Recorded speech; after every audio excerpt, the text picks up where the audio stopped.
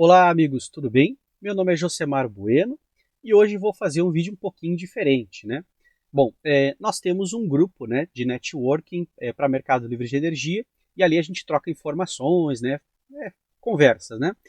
Então o que acaba acontecendo? Volta e meia, né, a gente tem aqueles debates, né? E aí quando eu publiquei um vídeo sobre o grupo B, surgiram muitas dúvidas, né? Então o grupo B, baixa tensão no Mercado Livre de Energia. Só que como são muitas dúvidas, muitos pontos, eu pensei, caramba, dá muito trabalho responder na forma de texto, né? Aí eu pensei, eu vou simplesmente falar a resposta, eu vou ler aqui as principais perguntas dos colegas, né? E vou responder, pronto, aí fica fácil, né? Então eu estou gravando aqui a parte da tela do WhatsApp só para pegar as conversas, né? Eu vou ler as perguntas, as críticas e eu vou respondendo nesse vídeo. Eu acho que assim fica mais fácil, né? Até porque se eu respondo em texto, fica um pouco efêmero, né? Porque daí a gente coloca o texto ali, mas quem entrar depois do grupo não vai ver o texto, não vai ver a resposta e muito menos vai ler tanta coisa, né? Porque imagina, olha só o tamanho de textos que daria, né? Então, para o pessoal que já está lá no grupo de networking, né? Estou gravando aqui o principal.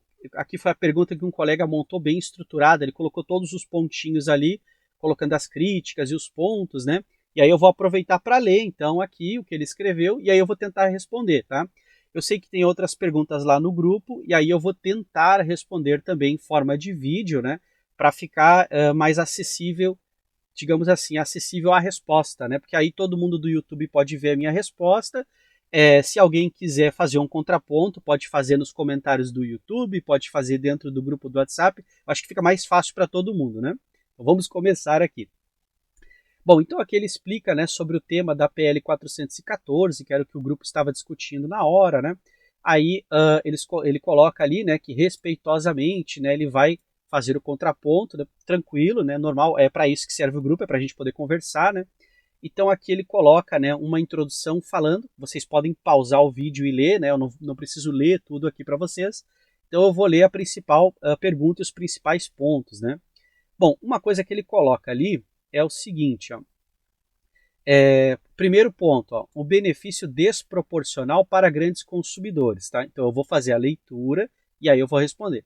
Então diz assim, ó, o mercado livre, atualmente acessível aos grandes consumidores, é só para a gente deixar um ponto, quais são esses grandes consumidores, né? Para quem não conhece o mercado.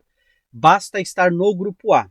Então, se você está na modalidade tarifária do grupo A, independente da demanda, você já tem alguma forma de acesso, seja na forma de representação varejista, seja na forma direta, né, no mercado atacado. Então, não existe limitação de demanda contratada, basta o cliente estar no grupo A.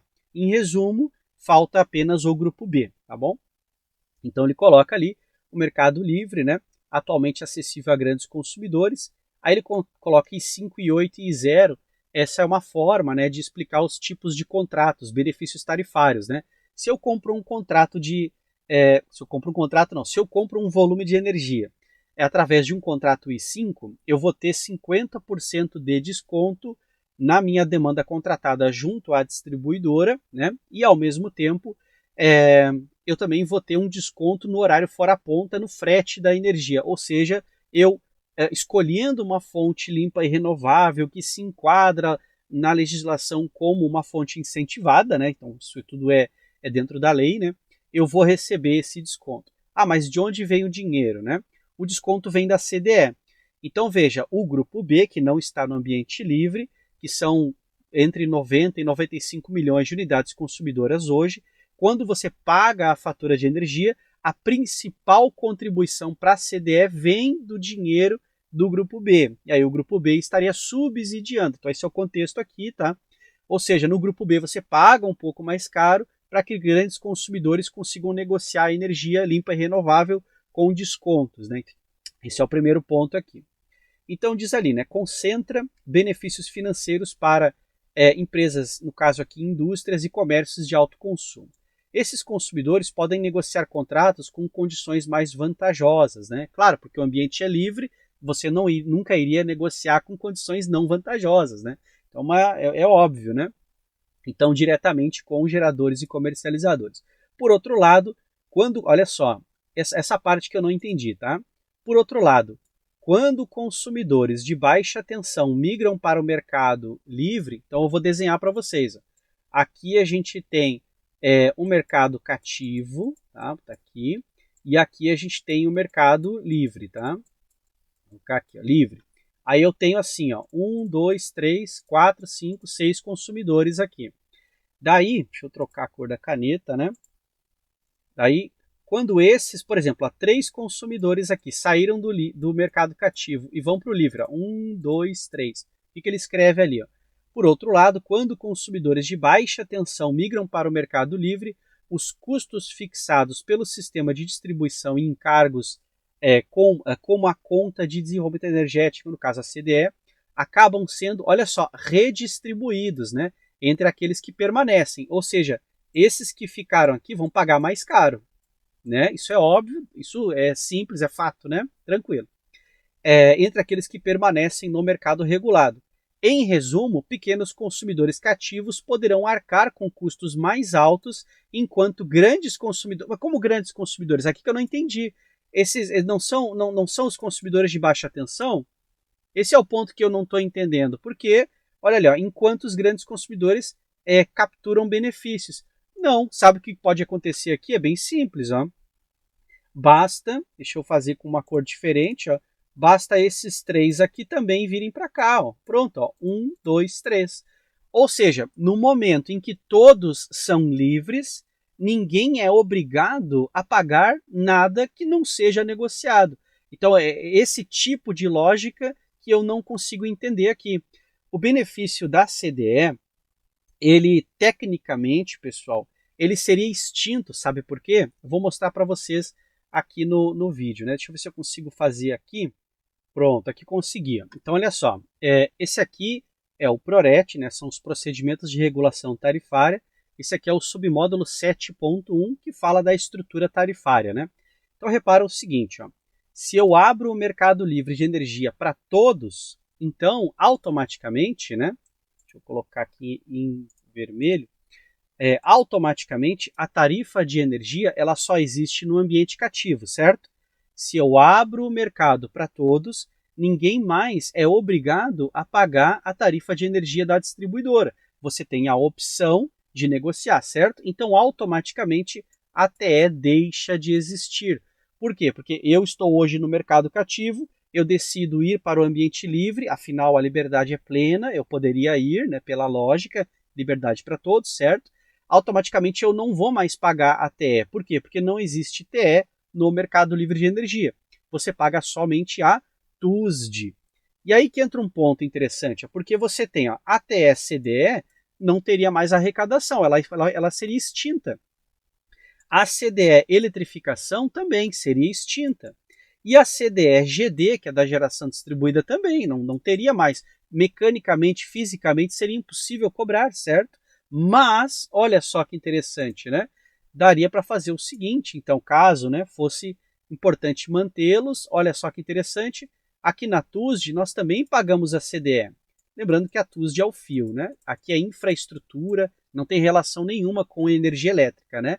É poste, fio, conectores, né? É o eletricista, ou seja, é a infraestrutura toda, né, para distribuir a energia, né? Então aqui também tem, ó, CDE. Tecnicamente, você pode ajustar esse valor. Então você transfere o custo que estava lá na caixinha da CDE para dentro dessa. Tecnicamente, você vai tornar o fio mais caro, né? É o que vai acabar acontecendo, certo?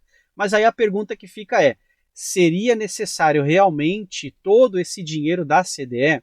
Será que faz sentido o subsídio? Porque, veja, se o subsídio ele funciona, se o subsídio ele faz sentido, então pagar pelo fio não seria um problema, certo?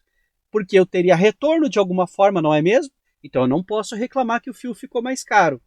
Mas se eu vejo que o fio ficou mais caro e eu não estou tendo retornos reais, não faria sentido, então, aumentar, né, esse custo da CDE, que nós temos dois, né, a CDE aqui e essa CDE contas, né, são duas caixinhas. Nós pagamos a CDE 5 vezes, né, 3 vezes dentro da TE e 2 vezes dentro da TUSD.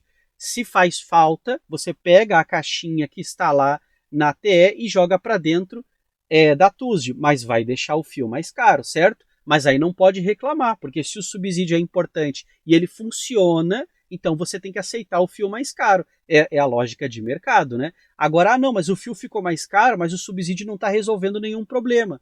Tá, então a gente tem que discutir o subsídio, certo? Não a liberdade em relação ao mercado. Esse é o ponto, tá? Agora eu vou voltar ali para o texto, né?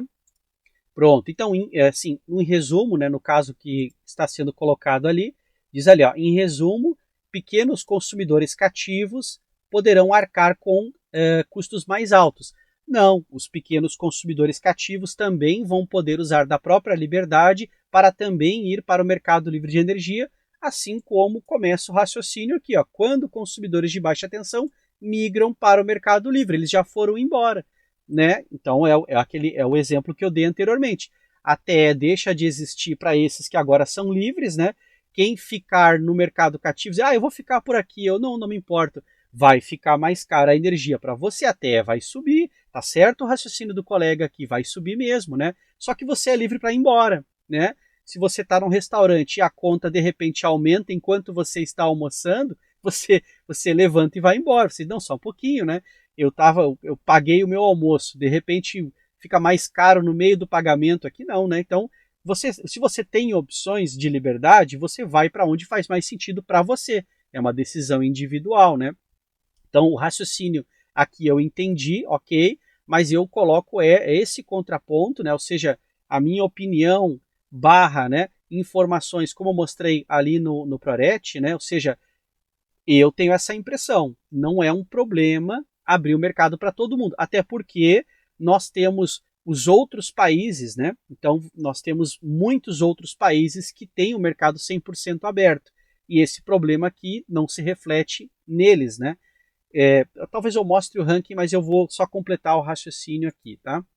Vamos continuando aqui. Então, esse é meu ponto, tá? Se quiserem comentar, eu posso estar errado, certo? Se quiserem comentar nos comentários, se quiserem colocar os contrapontos, não tem problema nenhum. Mas lembrando, depois eu vou ler, né? Depois eu vou ler e vou responder de novo. Então vamos, né, colocar pontos aqui e tentar chegar, digamos assim, numa conclusão que faça sentido, pelo menos para a maior parte das pessoas, né, que estão discutindo. Bom, então, legal, que eu li tudo, né? Vamos ler esse aqui agora.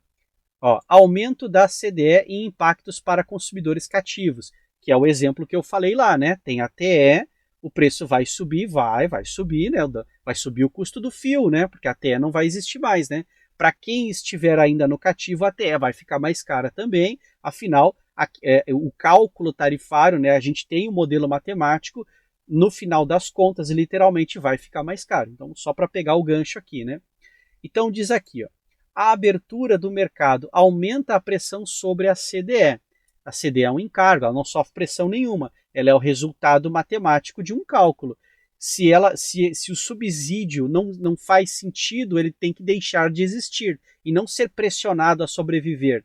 Se o subsídio não tem lógica, se ele não funciona, ele tem que deixar de existir. Agora, se ele funciona, aí não faz sentido em falar pressão, né? Então, ó, um encargo essencial que financia subsídios setoriais, como a universalização do serviço de incentivos para fontes renováveis, né? Mas isso aqui eu acho esquisito, porque se a CDE financia isso, como as pessoas... Olha só, o grupo B funciona como, né? A pessoa olha para a tarifa de energia e pensa, nossa, tá muito caro aqui, né? Quais são minhas opções? Já sei, vou gerar minha própria energia. Em nenhum momento ela foi subsidiada, ela tem que ir lá e pagar pelo equipamento, né? E aí ela instala, por exemplo, o sistema fotovoltaico e ela faz geração própria, certo? Então a tarifa ficou mais cara por causa da CDE, a tarifa mais cara foi um incentivo financeiro para que as pessoas do grupo B instalassem geração própria. Isso é fato, isso é real, é assim que acontece. Por que as pessoas escolhem instalar geração própria? Porque ela faz um cálculo de viabilidade econômica, né? Ela pensa, bom, se eu gero minha própria energia, em relação ao que eu pago no mercado cativo, eu vou ter economia. Então, o incentivo é financeiro. Então, aqui a CDE está fazendo o contrário. A CDE está financiando quem? Lá no mercado livre de energia, né? No exemplo anterior que nós vimos, né? Então, ó, essa pressão ocorre porque, à medida que mais consumidores migram para o mercado livre, há menos consumidores no mercado cativo para diluir os custos da CDE. É a mesma coisa de antes, mas é como eu expliquei. Esses consumidores cativos que estão ali ainda, por que eles estão ali ainda se está tão ruim? Se você tem agora a liberdade para poder ir para qualquer mercado, sai do mercado cativo e vai para o livre. Então, é uma relação de causa e consequência, né? A gente pensa assim, mas o grupo B saindo, se o grupo B sair, não existe mais mercado cativo. O mercado cativo é só o grupo B. Por quê? Porque o grupo A, se quiser, pode ir para um ambiente livre agora, né? É uma questão, é uma escolha individual de cada um, né?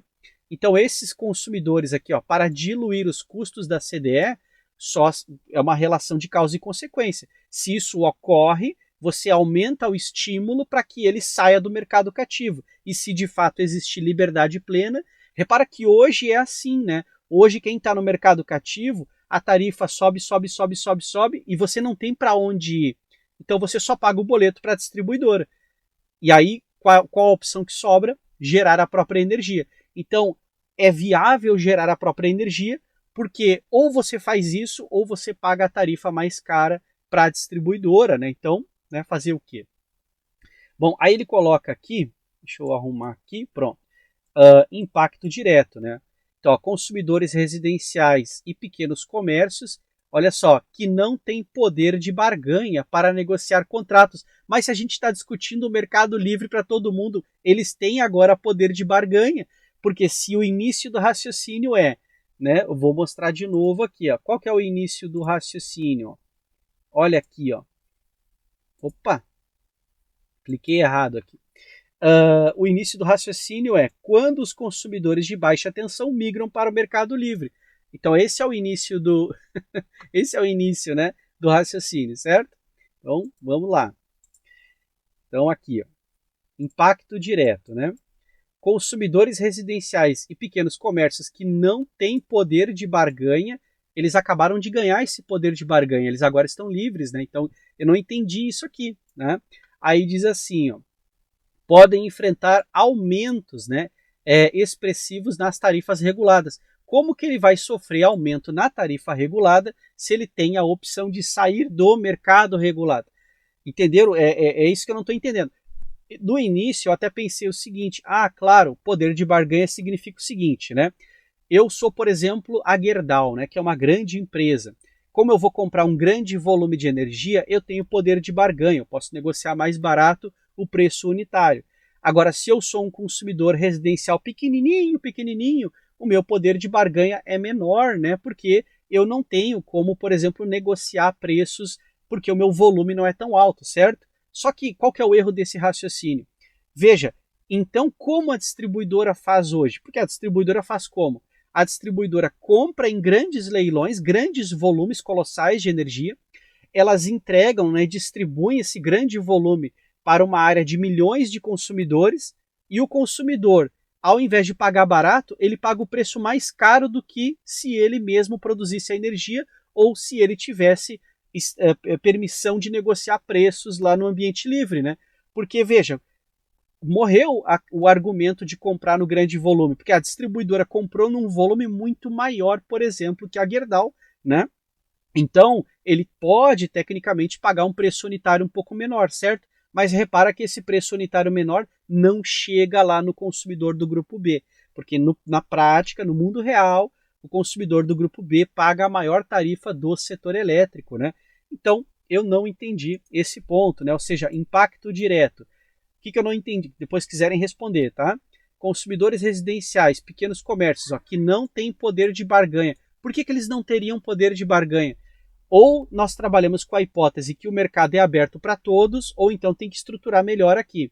E se for a questão do argumento do grande volume, a distribuidora compra em grandes volumes e repassa em valores caríssimos. Então, ninguém tem poder de barganha. O grupo B no cativo não tem poder de barganha, e o consumidor pequenininho, né, que vai comprar um volume pequenininho, lógico, ele vai ter um poder de barganha menor em comparação, né, com empresas muito grandes. Mas aí é mercado, pessoal. Se eu agora for no mercado e falar, cara, quero comprar um pacote de arroz, o preço vai ser o valor de um pacote de arroz, pronto, né?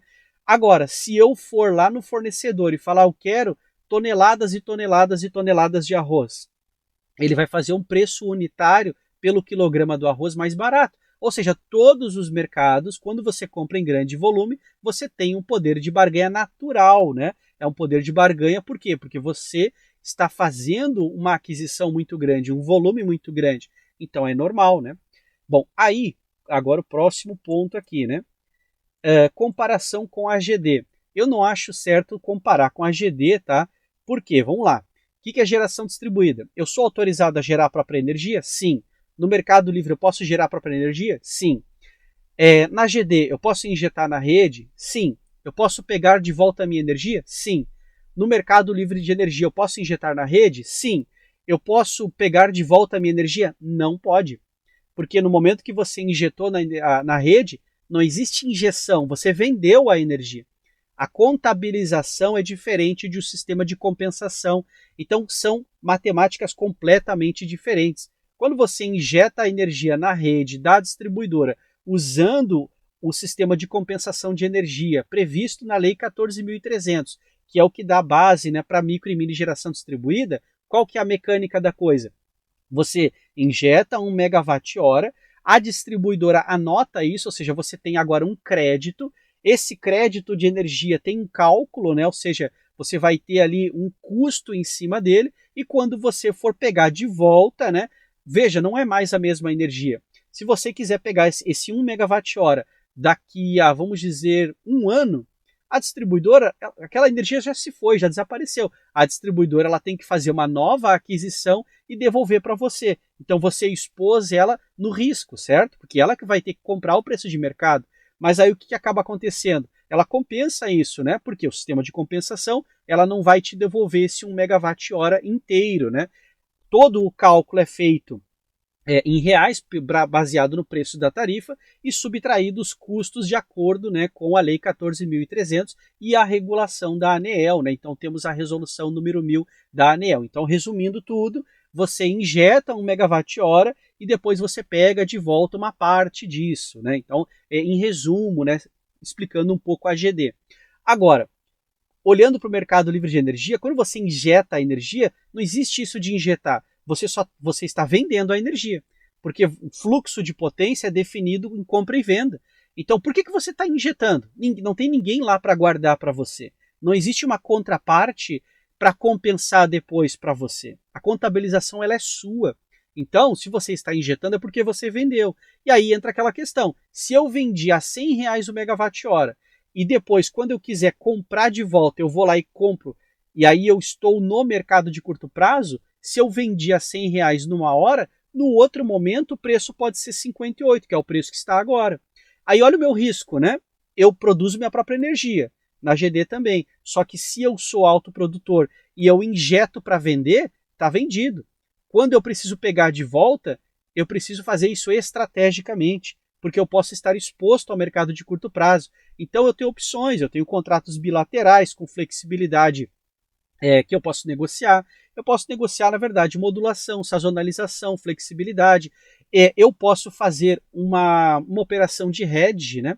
Eu posso negociar o preço futuro da energia, por exemplo, no BBCE, e fazer a contabilização direta no mercado de curto prazo. Então eu já faço uma compra e venda negociando preços em contratos de opções, dá para fazer também na B3, né? Ou seja, em resumo, derivativos de energia, onde eu negocio o preço da energia e depois eu recebo, então, a diferença positiva ou pago a diferença negativa, depende se eu vou acertar os preços, né? E aí eu contabilizo junto com o mercado de curto prazo. Um exemplo rápido.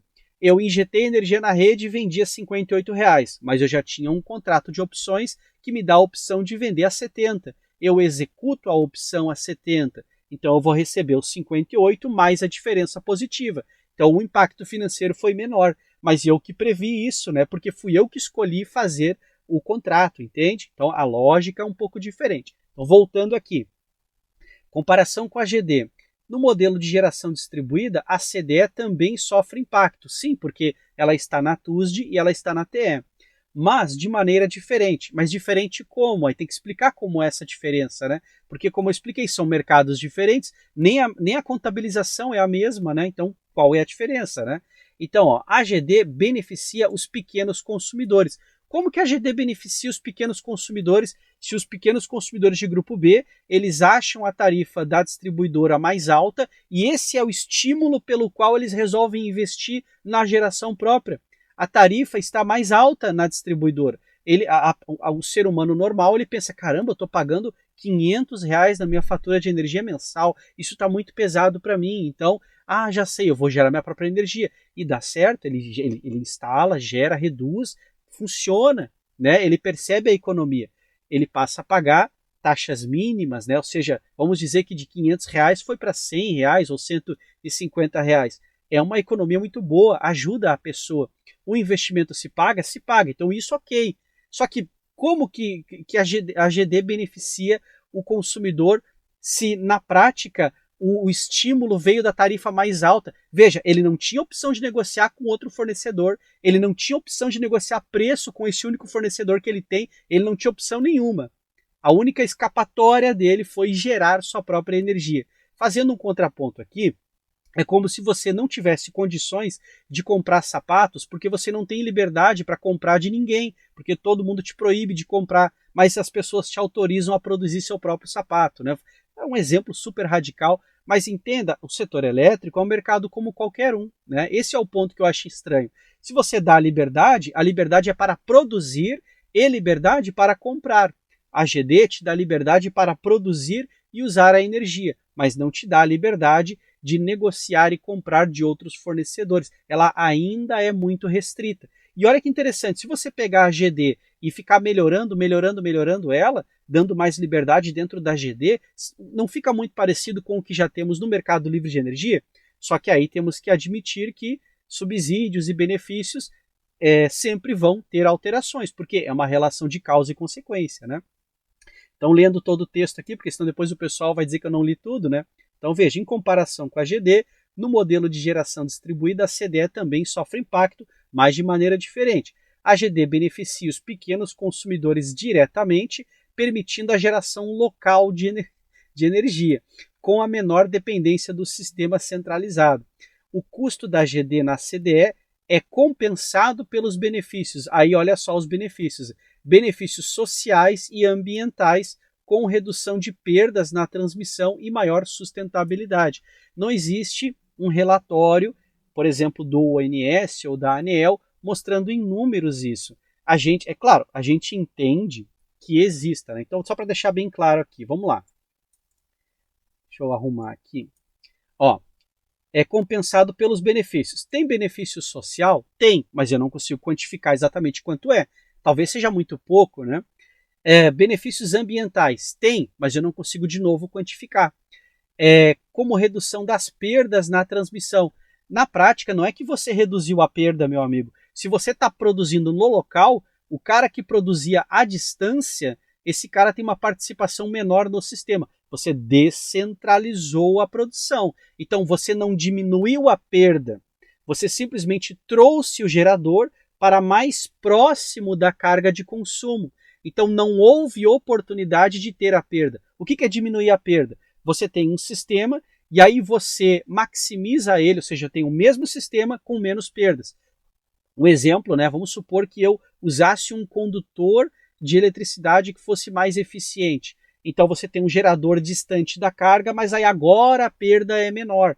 Claro que isso não dá para fazer hoje em dia, né? Não existe um condutor que reduza tanto assim. Mas é um exemplo. Então, você não está reduzindo a perda, você está redistribuindo o gerador para mais perto da carga. Então, é um efeito. E podemos entender como redução de perda? Podemos, tudo bem. Mas não é uma redução real, né? Temos que entender aqui. Bom, aí depois, né, entra aqui a questão da... Deixa eu só arrumar aqui. Pronto, então aqui, ó, diferenças no custo social da GD e no mercado livre, né? Então vamos de novo, né? Esse ponto aqui, eu vou ler rapidamente, tá? A geração distribuída, especialmente por meio de fontes renováveis à energia solar, impacta a CDE. Como nós já falamos, né? Proporcionalmente menor, é a mesma coisa de novo. Então vamos lá. Aí ele coloca, né? impacta a CDE de forma proporcionalmente menor e oferece, né, então, e oferece contrapartidas claras. Contrapartida clara tem que ser mensurável. Porque quando você diz que uma coisa é clara, porque você pode pegar e mostrar, né? Então vamos lá. Redução de emissões de gases do efeito estufa. Qual a quantidade? Tem que colocar aqui, né? Ou seja, coloca uma referência de acordo com o relatório de, sei lá, alguma organização. Eu entendo que existe redução de emissões, existe, mas eu não sei quanto é. Talvez seja irrelevante, talvez seja muito mais do que nós achamos que é. Descentralização da matriz energética, né? Isso é importante. E aí tá ali, ó, diminuindo a dependência do sistema interligado. Mas aí tem uma coisa que eu não estou entendendo aqui. Quando nós decidimos ter o sistema interligado, qual era a defesa? O sistema interligado ele é mais resiliente, o sistema interligado é melhor por isso e por aquilo. Então agora não dá para falar que a descentralização ela diminui. Na verdade, a descentralização ela aumenta a dependência do sistema interligado. Ela aumenta, não tem como diminuir. Por que ela aumenta?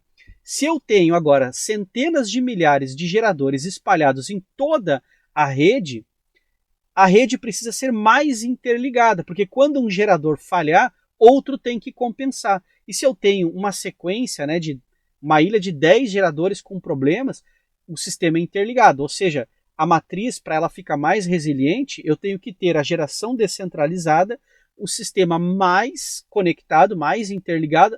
Por que é mais interligado? Porque eu tenho mais geradores, né?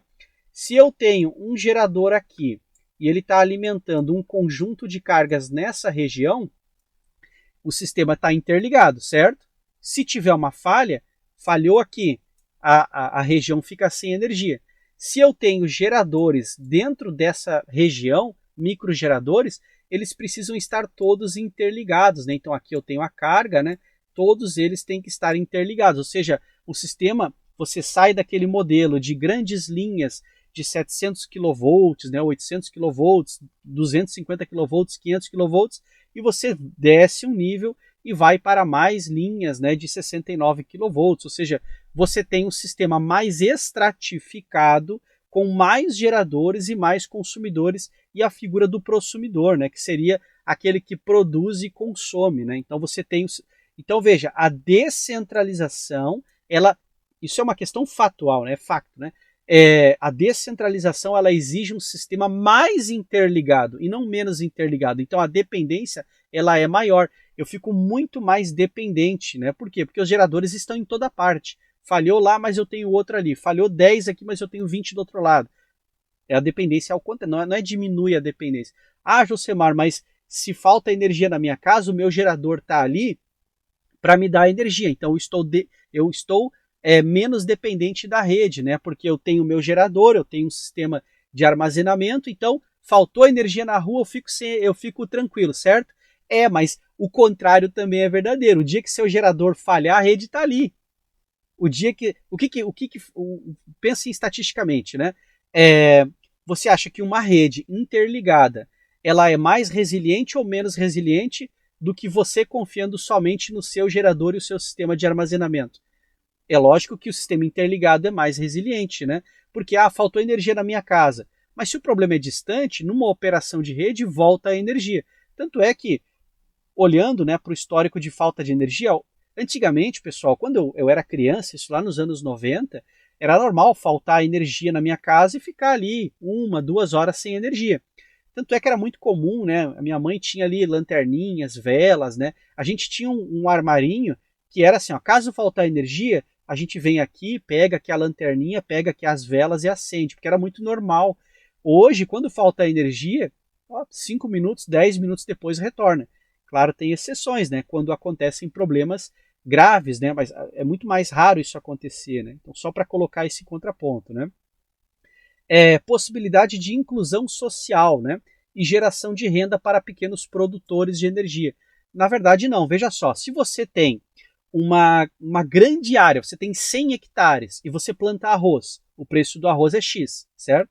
Se você agora fala, não, vamos, né, ter centenas de milhares, né, ou melhor, milhões, bilhões de microprodutores. Cada produtor pequenininho vai ter um custo mais elevado para produzir o arroz para vender, né? Porque ele produz num volume menor, a área é menor, dá mais trabalho, né? Então, o preço do arroz sobe, né? Então, você não tem essa questão de, vamos dizer assim, dizer que favorece, né? Na realidade, o pequeno produtor, né? Esse pequeno produtor, ele só existe porque existe ou mecanismos de subsídios ou situações de limitação de liberdade.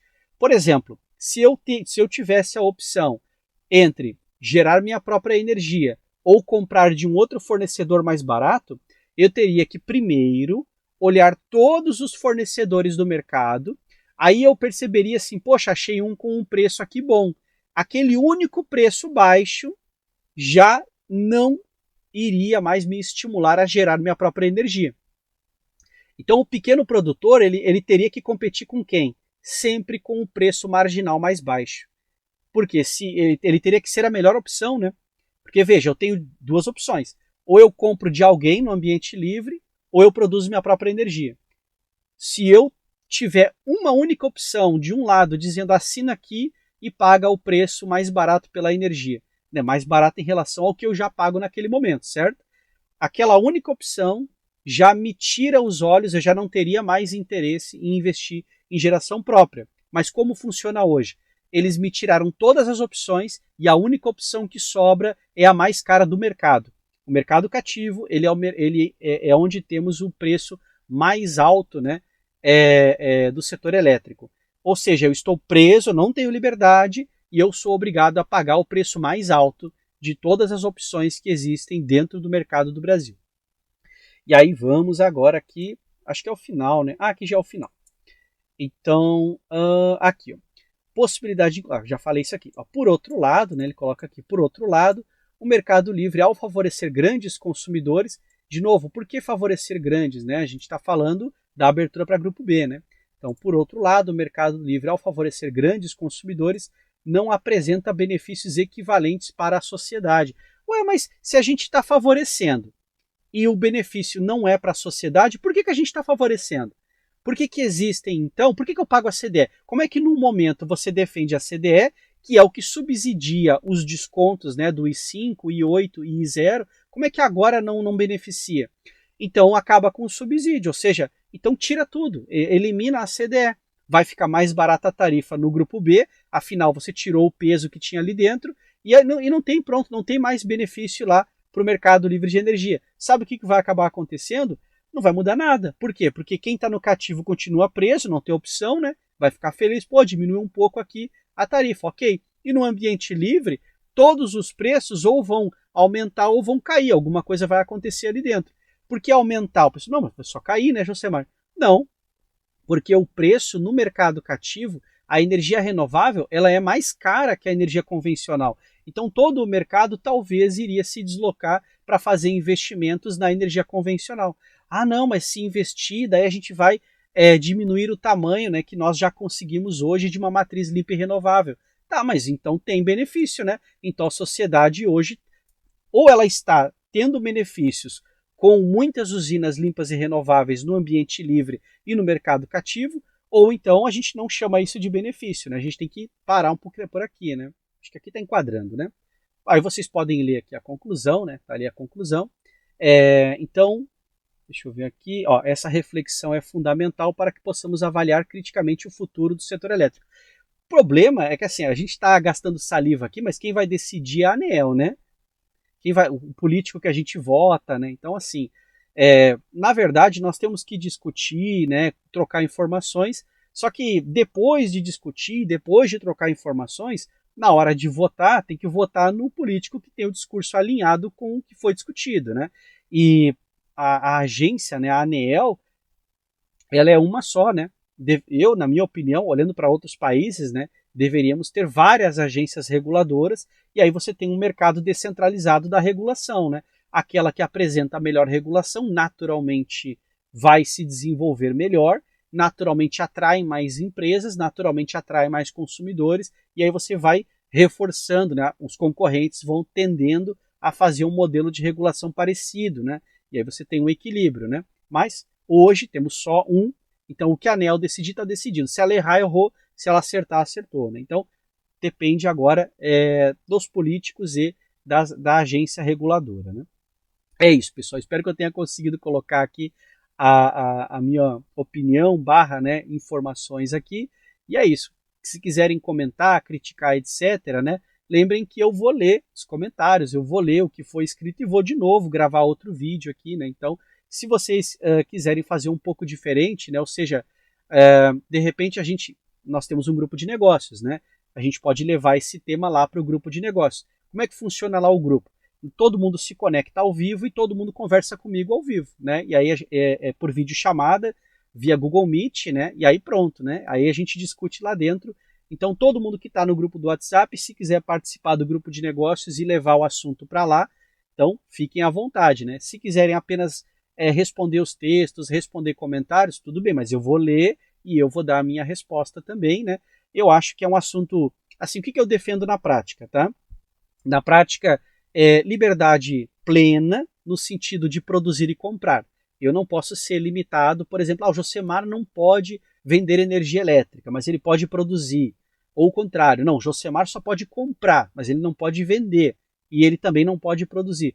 Eu acho isso estranho. Eu acho, como todos os outros mercados, né, deixa totalmente livre, e aí o mercado vai se autorregulando, né?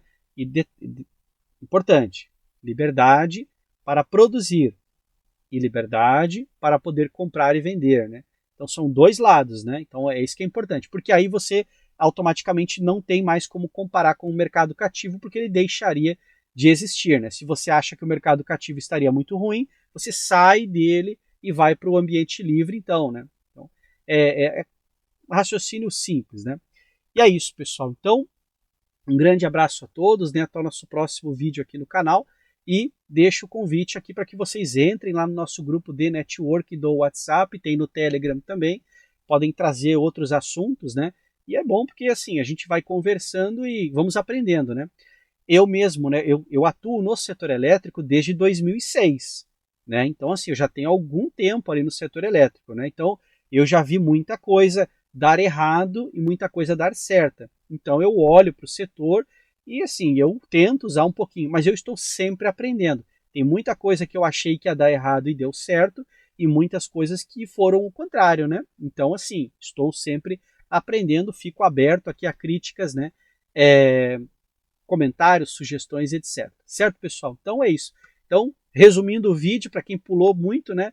Sim, sou aberto, eu sou aberto. Eu sou favorável, né? A abertura total do mercado livre de energia no sentido de dar liberdade para todos poderem produzir e todos poderem comprar e vender, e aí deixa o mercado se equilibrar. Sem essa de príncipe chegando num cavalo branco dizendo que vai salvar os consumidores que são coitadinhos, né? Todo mundo aqui se vira individualmente. Situações diferentes, né? Por exemplo, famílias que estão, vamos dizer assim, com problemas financeiros, né? Aí é diferente. Por exemplo, eu sempre defendi a tarifa social. Eu não me importo em pagar um pouco mais na energia ou pagar um pouco mais no fio para subsidiar, por exemplo, né, o custo da energia como um todo para famílias que estão numa situação assim financeira crítica, né? Então isso eu acho normal. Mas aí eu entendo, né? Eu entendo que eu vou pagar mais caro para isso, né? Aí é diferente. O que eu acho estranho é simplesmente cortar toda a liberdade de poder produzir, comprar e aí usar, dizer não, nós não te damos liberdade porque, né, tem esse contraponto, mas eu que tenho que escolher o ganho, né? Eu que a liberdade é assim que funciona. Eu que tenho que escolher individualmente, não alguém escolher por mim, né? Senão aí eu vou embora, né? Ou seja, se eu estou num local que eu não tenho liberdade nenhuma, eu simplesmente vou embora, né? E se me proibirem de ir embora, bom, aí temos um problema, né, pessoal? Aí temos um problema. Certo? Então é isso. Um grande abraço a todos. Até nosso próximo vídeo aqui no canal e vamos lá.